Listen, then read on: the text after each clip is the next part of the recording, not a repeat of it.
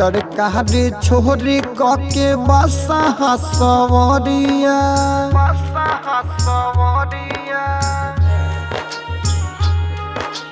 Motor कारी छोरी कके बसा सवरिया हो अइले दुहरिया शिव गुरु अइले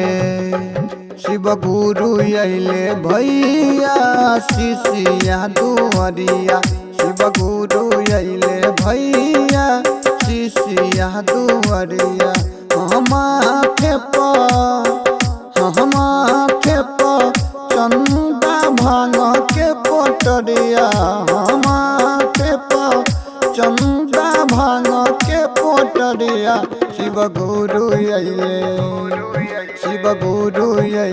भैया शिशिया दुहरिया शिव गुरु अइले भैया शिशिया दुहरिया। अपना रिकॉर्डिंग स्टूडियो गलाड मधेपुरा।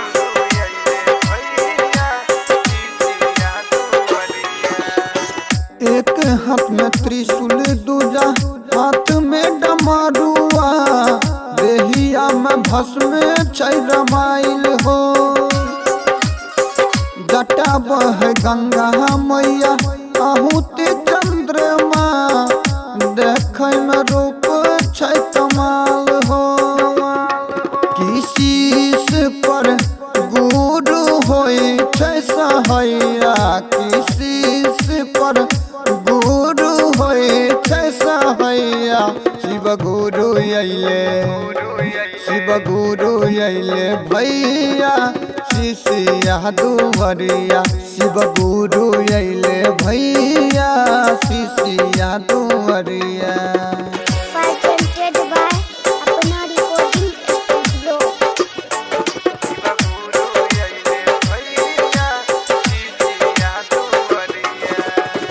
तीनों तीर लोक बाबा जग में महान हो जहन छ दुनिया जहान कार्तिक गणपति देवा दोनों दुलारवा उनको भी बड़काया रमा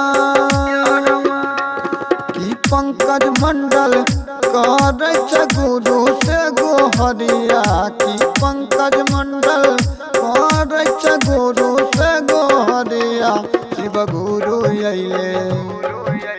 गुरु अइले भैया शिशिया दुहरिया शिव गुरु अइले भैया शिशिया दुहरिया।